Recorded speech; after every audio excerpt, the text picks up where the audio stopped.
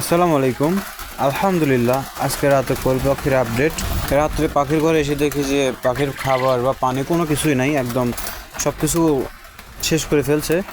তখন হচ্ছে মেডিসিনগুলো মিক্স করে দিয়ে পানিগুলো দেওয়ার পরে দেখুন কী পরিমাণ পানির পিপাসা পাইছে ওদের, কীরকম করে খাচ্ছে সবাই পারাপারি করে। আলহামদুলিল্লাহ, আমার পাখিগুলো অনেক সুস্থ আছে। দেখুন আপনারা, সবগুলো পাখি অনেক সুস্থ। তো কথা হচ্ছে আলহামদুলিল্লাহ, অনেক দিন পরে আমরা বৃষ্টির মুখ দেখতে পাচ্ছি। আমাদের এখানে অনেক পরিমাণ বৃষ্টি আর বাতাস হইতেছে, আর এই বৃষ্টির কারণে আমার ভয়েসটিতে অনেক সমস্যা হইতেছে, আপনারা অনেক কথা বুঝতে পারবেন না। আর আমার এখানে হচ্ছে 250 পিস কোয়েল পাখি আছে, মাশাআল্লাহ অনেকগুলো ডিম পারছে।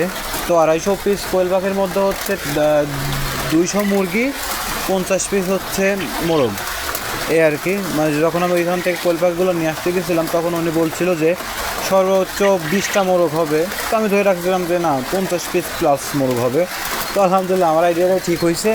যদিও এর আগে পরে আমার কখনো কোয়েল পাখি পালন করার অভিজ্ঞতা ছিল না, এই জন্য আর কি এতগুলো মোরগ আসছে। থাকলে এরকম হইতো না। যদিও আমার সাথে আমার একটা চাচাতো ভাই গেছিলো, ওর নাকি আগে থেকে কোয়েল পাখি পালার অভ্যাস আছে। ও আমার বললো যে আমার নিয়ে চল, আমি দেখে দেবো না। তো ওরা নিয়ে যাওয়ার পরেও এরকম অবস্থা, ঠিক আছে। আর হচ্ছে রাতে সর্বমোট এইগুলো ডিম পাইছি আমি, আলহামদুলিল্লাহ। আর সকালবেলা চেষ্টা করলে আরও এতগুলো ডিম আমি পাবো ইনশাল্লাহ। ভালো থাকবেন সবাই, আসসালামু আলাইকুম।